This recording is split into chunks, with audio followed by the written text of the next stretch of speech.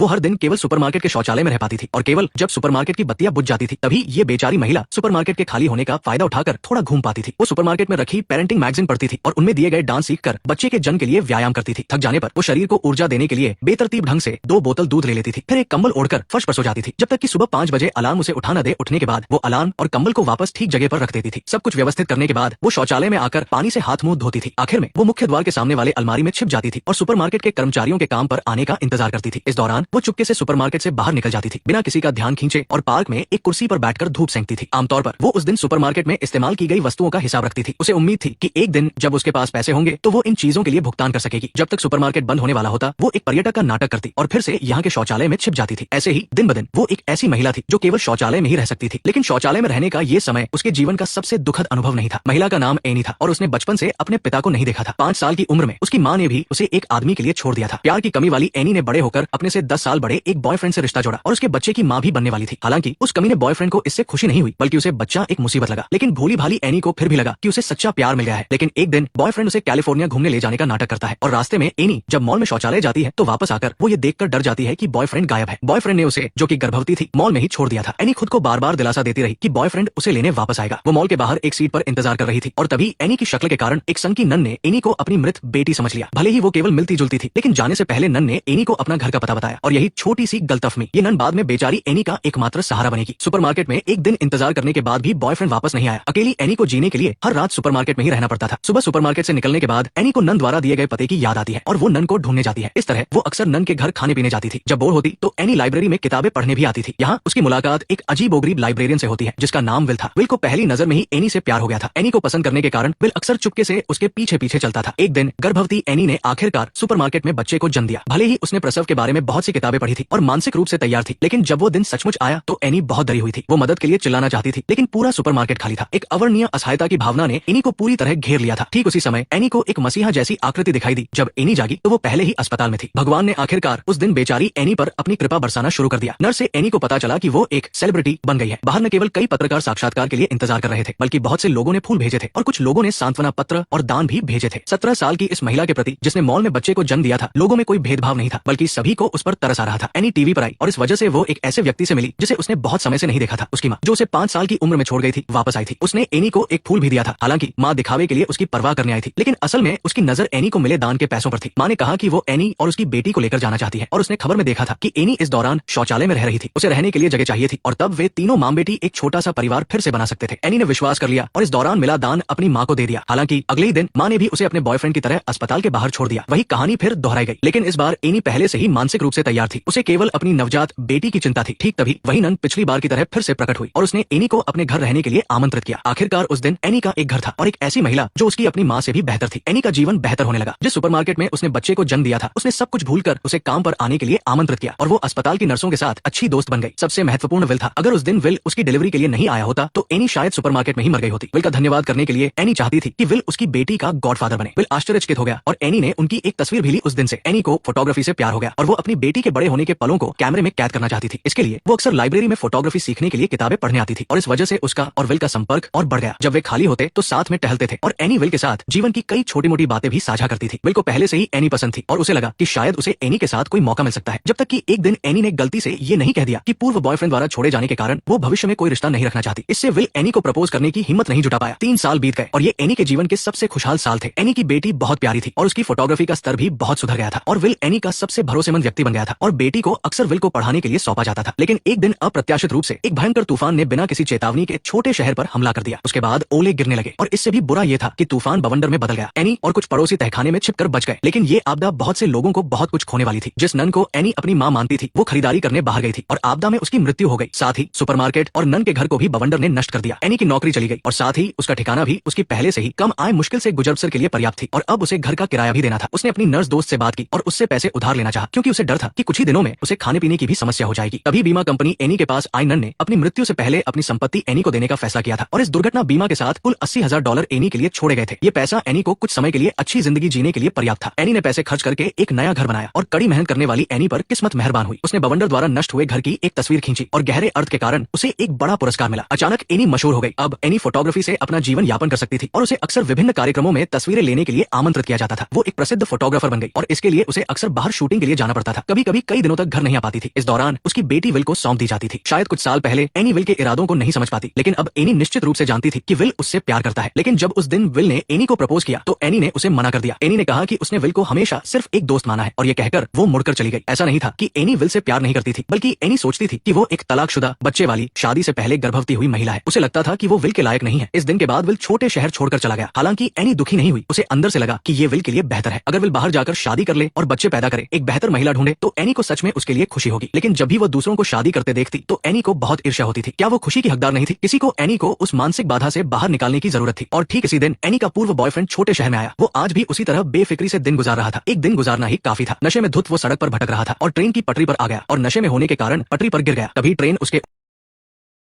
Any ने खबर देखी और अस्पताल आई। उसने अपने पूर्व बॉयफ्रेंड को चेतावनी दी कि वो उसके जीवन में दखल न दे, लेकिन अब पूर्व बॉयफ्रेंड के पास पैर नहीं थे। वो उसके जीवन में कैसे दखल दे सकता था? उसका जीवन पूरी तरह बर्बाद हो चुका था। ऐसी ही स्थिति में पूर्व बॉयफ्रेंड को पछतावा हुआ। उसने कहा कि अगर वो शुरू में एनी के साथ खुशी से रहा होता तो अब उसका जीवन बहुत खुशहाल होता। उसे सच में पछतावा था कि वो पहले चला गया था। और एनी ने ये बातें सुनकर अचानक महसूस किया। पूर्व बॉयफ्रेंड को पछताता देख एनी ने भविष्य में खुद को देखा। विल उससे प्यार करता है और वो भी विल से प्यार करती है। अगर वो भविष्य में विल से शादी नहीं करेगी तो उसे निश्चित रूप से पछतावा होगा। इसलिए एनी विल के पास आई और उसने कहा कि उसने विल को धोखा दिया है। वो हमेशा विल से प्यार करती रही है और इस तरह वे दोनों एक साथ हो गए। कोई भी अपनी जन्म की परिस्थितियों को नहीं चुन सकता, लेकिन जब तक आप आगे बढ़ने की कोशिश करते रहेंगे, भविष्य की खुशियां निश्चित रूप से आपका इंतजार करेंगी।